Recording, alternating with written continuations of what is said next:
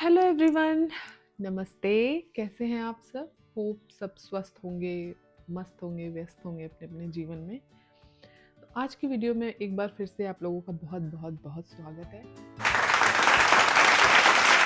अगर हम Saudi Arabia आ रहे हैं तो हमारे पास कई सारे क्वेश्चन होते हैं। कई लोग जानना चाहते हैं कि वहाँ की लाइफस्टाइल कैसी है, कैसे रहते हैं लोग, क्या क्या फैक्ट्स हैं जो हैं और क्या क्या मिथ्स हैं जो हमें लगता है कि ऐसा है पर ऐसा नहीं है।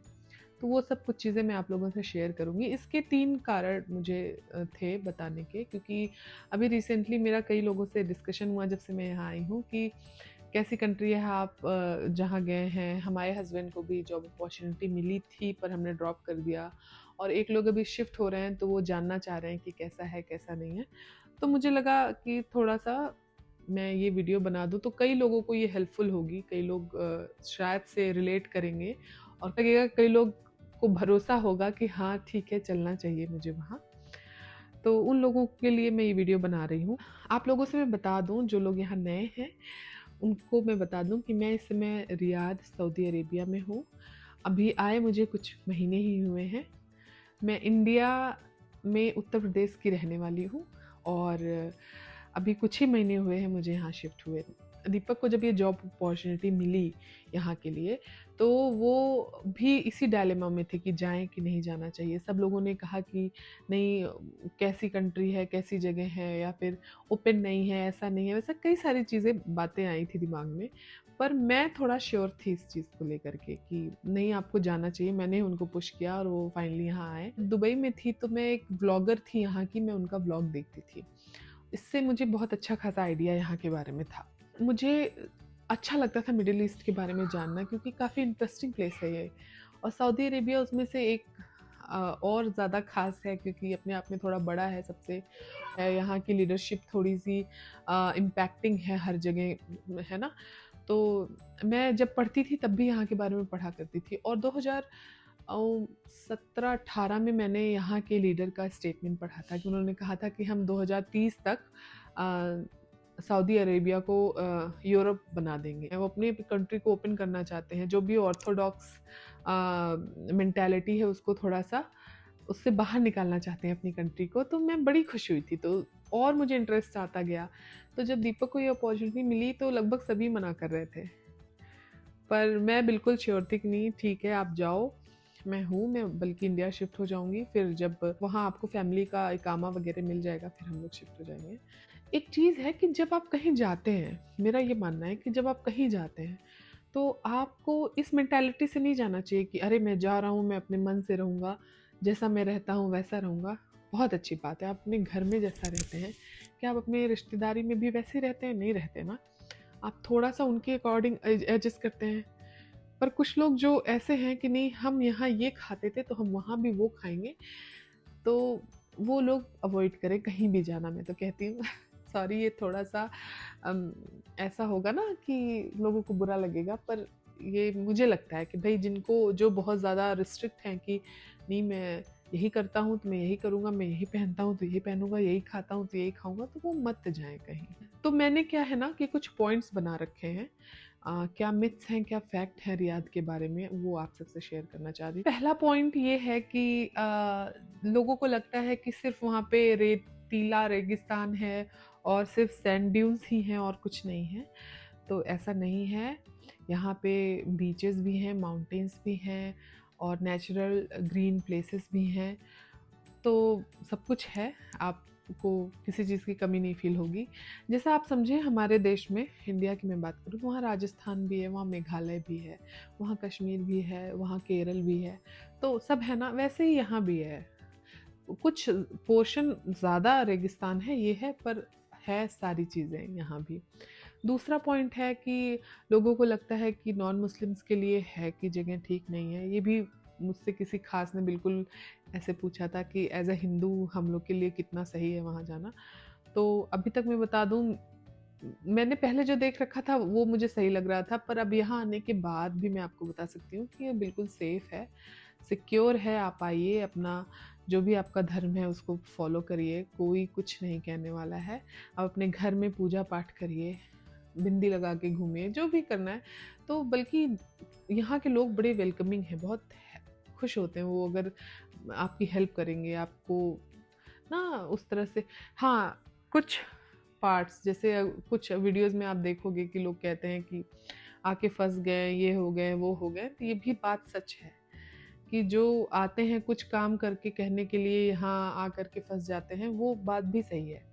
क्योंकि उनको वहाँ इंडिया में ही गुमराह किया जाता है और वो यहाँ आके बेचारे फँस जाते हैं। ये दुबई में भी एक केस था, वहाँ पे भी मुझे बल्कि एक बंदा एयरपोर्ट पे मिला भी था। वो कह रहा था दीदी मुझे घर जाना है, मुझे घर जाना है, मुझे कैसे जाऊँ, क्या करूँ? उसको ले आए, तो वो हिम्मत वाला था, वो वापस जाने के लिए सोच लिया। बाकी सब लोग को जो मिलता है वो करके सर्वाइव करके और एक पर्टिकुलर टाइम यहाँ स्पेंड करते ही करते हैं, तो वो सब भी सच है। पर और यहाँ है, यहाँ के लोग नहीं बरगलाते किसी को। मुझे ऐसा लगता है कि वो एक मीडिएटर को बोल देते हैं भैया मुझे 10 ड्राइवर्स चाहिए। अब वो मीडिएटर कैसे भी कहाँ से लेके 10 ड्राइवर ला के देता है, वो अपना बीच में कमीशन खाता है, वो सब वो प्रोसेस करता है। ये बस एक उनकी जो होली सिटी है मक्का मदीना, वहाँ पे थोड़े से रिस्ट्रिक्शंस हैं कि वहाँ नहीं जा सकते। अदरवाइज़ आप कहीं भी कंट्री में जा सकते हैं, कोई दिक्कत नहीं आएगी। तीसरा पॉइंट हमारा ये है कि अक्सर लोग पूछते हैं, मेरे को भी ये था कि can women work in Saudi Arabia और नॉट, और इसी के साथ है कि ड्राइव भी कर सकती हैं औरतें कि नहीं। तो बिल्कुल यहाँ पे तो जब से मैं आई हूँ, मैं वुमेन स्टाफ इतना ज़्यादा मुझे दिख रहे हैं, मैं तो सोच रही थी कि मैं अब यहाँ आने के बाद ये सोच रही हूँ कि रिस्ट्रिक्शन भी रहा होगा कि नहीं। हर एक फील्ड में, इवन कि एविएशन में भी हैं, पायलट्स हैं, डॉक्टर्स हैं, इंजीनियर्स हैं, बिजनेस में हैं, सब कुछ। मेरे हस्बैंड के ऑफिस में वो बताते हैं बहुत सारे लेडीज़ एम्प्लॉयज़ हैं, तो बिल्कुल वुमेंस कर सकती हैं। और 2018 में शायद इन्होंने वुमेंस के लिए ड्राइविंग भी अलाउ कर दी थी। और अब तो मुझे यहाँ पे इतनी ज़्यादा वुमेंस दिखती हैं ड्राइविंग करते हुए ही, ज़्यादा अमाउंट में मैं देखती हूँ सड़कों पे अगर गाड़ियाँ दिखती हैं, काफ़ी अच्छी अच्छी गाड़ियाँ ड्राइव करती हैं। और नेक्स्ट है कि सऊदी अरेबिया में केवल वहीं के फूड हमें मिलेंगे, नॉनवेज ज़्यादा मिलेगा, ऐसा कुछ नहीं है। आपको यहाँ पूरा पूरा वेजिटेरियन खाना मिलेगा, हर जगह का खाना मिलेगा। इंडियन रेस्टोरेंट्स हर जगह बहुत ज़्यादा अमाउंट में है, और इंडियन ग्रॉसरी भी आपको मिलेगी। इतने बड़े बड़े हाइपर मार्केट्स हैं जहाँ पे सब तरह के वेजिटेबल्स, फ्रूट्स सब मिलते हैं, आपको जो खाना है खाइए। तो कोई रिस्ट्रिक्शन नहीं है खाने पीने के भी मामले में, आप बड़े आराम से यहाँ पे सरवाइव कर सकते हैं। पांचवा पॉइंट है कि एंटरटेनमेंट बैंड है क्या सऊदी अरेबिया में? तो बिल्कुल नहीं, क्योंकि मैं जब आई, मैं गई यहाँ पे मॉल, रियाद गैलरी मॉल, तो वहाँ पे है सिनेमा घर, मैंने खुद देखा है। और बिल्कुल एंटरटेनमेंट यहाँ पे मैंने देखा है कि कई सारे इवेंट्स ये लोग ऑर्गेनाइज करते हैं। मैं बुलेयार्ड सिटी गई थी अभी, हो गया लगभग 1.5 महीने हो गया उस गई थी, तो वहाँ पे मैंने देखा कि वहाँ कॉन्सर्ट्स होते हैं, म्यूज़िकल कॉन्सर्ट्स होते हैं, और इतनी बड़ी मात्रा में लोग पार्टिसिपेट करते हैं कि मेरे लिए वो भी एक तरह से नया था और मुझे भी अच्छा लगा। हम लोग 8 बजे वापस आ गए और 9 बजे तक इतनी भीड़ जा रही थी वापस कि जैसे आपको लगेगा कि पूरा रियाद ही पहुंचा है क्या कॉन्सर्ट में, कोई सिंगर आने वाले थे वहाँ पे। तो कोई भी इस तरह की बंदिशें नहीं है। इसी से मिलता जुलता है छठा पॉइंट कि नाइट लाइफ है कि नहीं वहाँ पे, तो लोग बाहर निकलते हैं कि नहीं, गैदरिंग करते हैं कि नहीं? बिल्कुल करते हैं, बिल्कुल।